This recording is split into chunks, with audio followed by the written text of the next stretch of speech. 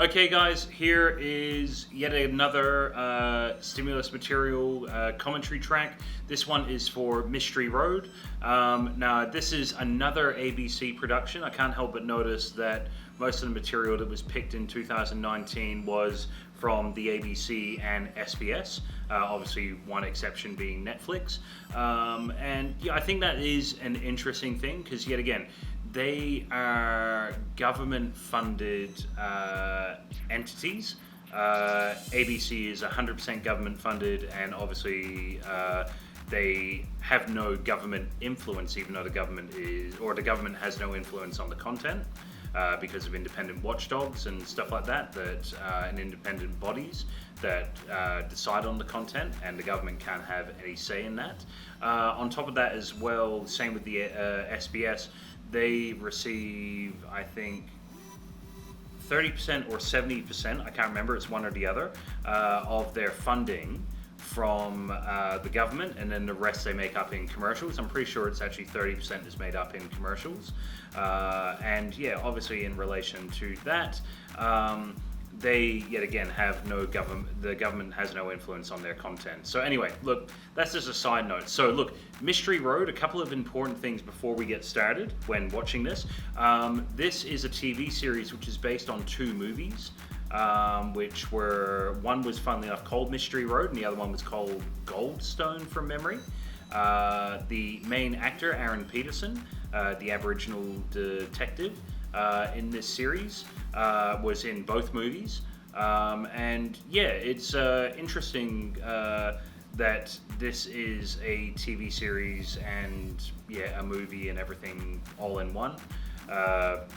You know, it made it very difficult when researching this because I was researching the movie for a while before I realized it was actually a TV show, and I imagine or the feedback I actually got, sorry, I don't imagine, I actually know, the feedback that I got from the exams was a lot of kids mistook this TV show for the movie and researched the movie and then talked about the movie instead of actually talking about the TV show. Putting ego aside, I think that's that's poor form on the teachers there for not correcting those students, or for the teacher not to pick it up because it clearly says it's an ABC television broadcast production in the credits in the opening. But look, that's just me. Anyway, guys, let's hit play and actually have a look at this, and I'll obviously just yammer on over the top of it. All right, so yet again, this is from early January, Mystery Road. It might have actually came out late December 2018 when it first came out.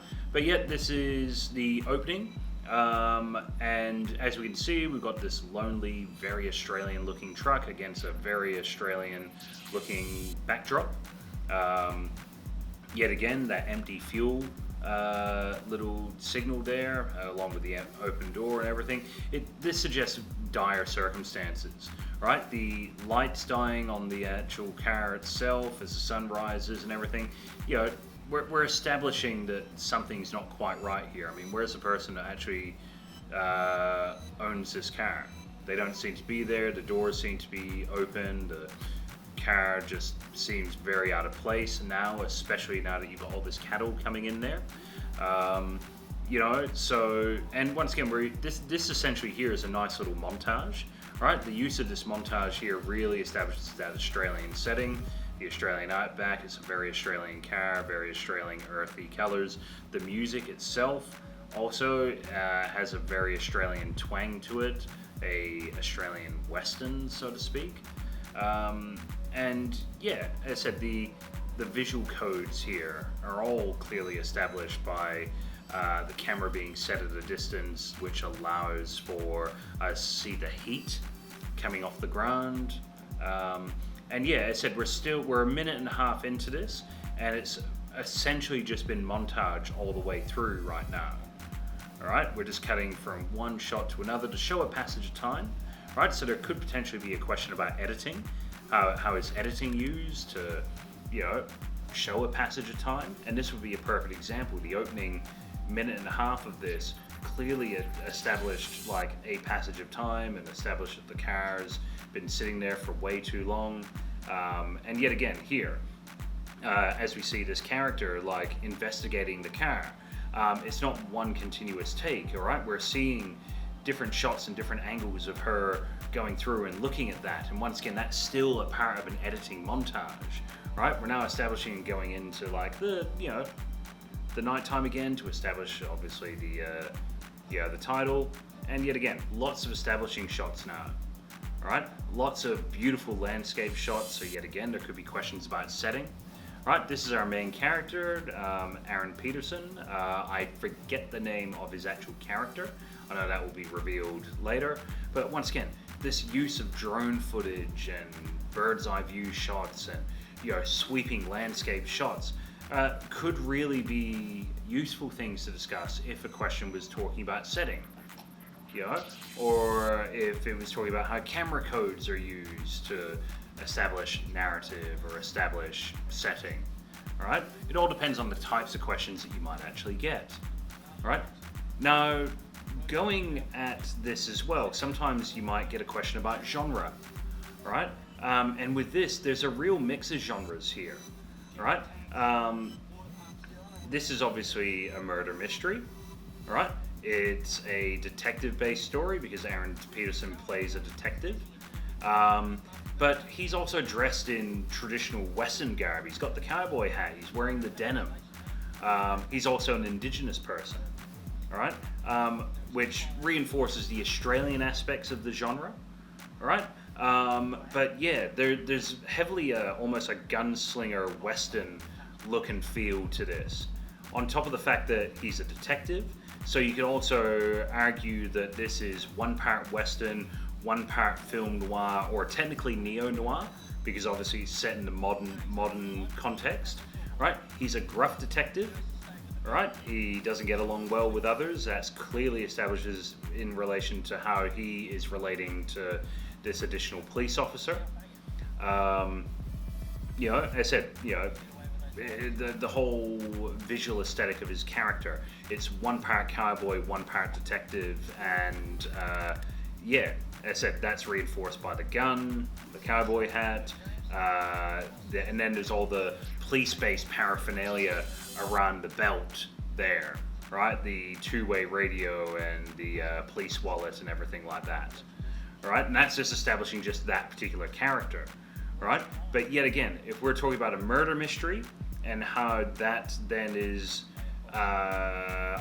tweaked or turned on its head by the Western influences or the Western genre influences on top of the detective, gritty, crime noir elements, right? All that's being filtered in through a variety of different things, all right? Once again, the costumes, the props, the delivery and the body language of our main characters, all right? Or our two key protagonists, obviously the lady here and our main detective with the cowboy hat, right? When we're looking at this kind of stuff, yet again, it's just, the Australian setting is reinforced by the fact that we're setting this up in the outback, right? We could have an Australian-based murder mystery set in the middle of a city, but let's face it, most cities are very indistinguishable from one another in a normal context. Think about it, The Matrix is set in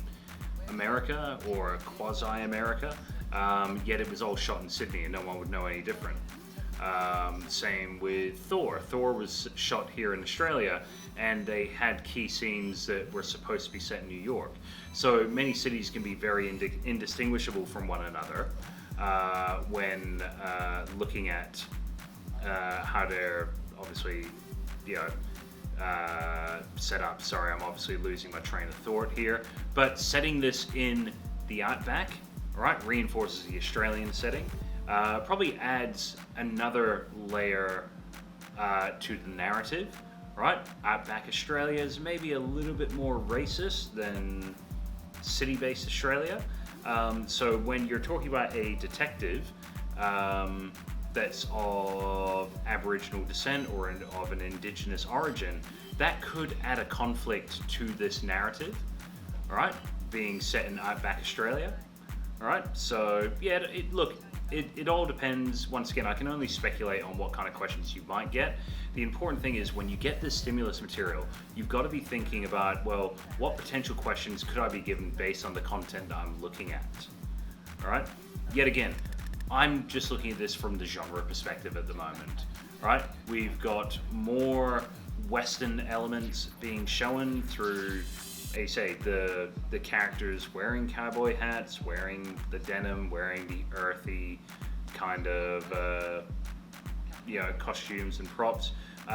We've seen characters obviously just before riding horses, but then keep in mind the car and the quad bike are almost like the modern day horses nowadays. All right, there's a lot of those kind of elements that we can be looking at and can be exploring if we were looking at the stimulus material and using it based on a particular type of question. All right. Yet again, if we're going to the film noir, neo-noir kind of approach, instantly how the detectives handling these people right now, these witnesses. He's a no-nonsense kind of guy. He's not really necessarily, showing them, respect or courtesy that would normally be found in, polite society, because that's obviously just, one of the things we've come to expect from the neo-noir genre. The detective is going to be, tough, rough around the edges, not be too concerned about turning someone's engine off while having discussions with them. It's those kind of elements that are just being reinforced. Often as well, the common thing in the neo-noir genre is often the detective doesn't tend to play well with normal law enforcement, right? So obviously we can see that the detective's being paired up with this other police officer. She's a traditional police officer because she's quite literally wearing a police officer uniform, which is the opposite to what he's doing, but they both work in the same kind of field. All right, so yet again there, we can see that he's standoffish with her. We can see that he, would rather work alone. Right, so it's those elements. Once again, we're reinforcing a lot of conventions we've come to expect, and that's established here, even just in this scene here, because they're deliberately standing as physically as far apart as possible on the screen. We've got one character over here, and then we've got the other character over here. They're not standing next to each other, right? That proximity that's being delivered there is another aspect that just establishes that these characters maybe don't belong together or don't want to work well together. All right, so look, that's the end of the stimulus material. Once again, I know I'm not hitting every single point that I can within these aspects. Yet again, every stimulus material can have 120 different angles that you can go on. I'm only discussing some of the ones that I feel are obvious to me when I look at the material. When you're looking at it, you might see something different, and that's perfectly fine. It's just a matter of when you look at it, being able to justify your reasons. And hopefully, as you can see while I'm talking about this, I'm justifying my reasons for why I feel it's important to highlight things like costumes or prop or genre or location. So anyway, guys, moving on from obviously watching this, hopefully you're looking at the infographics. I spent a lot of time working on the infographic, and as I said, while I was studying this and producing the infographic, I actually didn't realize that this was, at first I didn't realize it was the TV show and not the movie. And yeah, you say it wasn't until I rewatched it and then saw the ABC broadcast thing come out at the beginning, I went, oh wait, this is the TV show, not the movie. So yeah, anyway guys, look at that material, use the revision kits that I've given you for these stimulus packages, right? Be thinking about all the different aspects that are in there. Don't be afraid to direct message me if you want further clarification on this particular video or any of the others. And obviously, if not, just make note, and while we have our conference calls, you can obviously discuss this stuff, discuss anything that you're unsure of. Anyway, guys, have an excellent day. Hope you're enjoying everything that you're doing. Hopefully, everything's not too stressful there. But yet again, this is Mr. Gooch, putting the lens cap on to say goodnight. All right, take care, guys.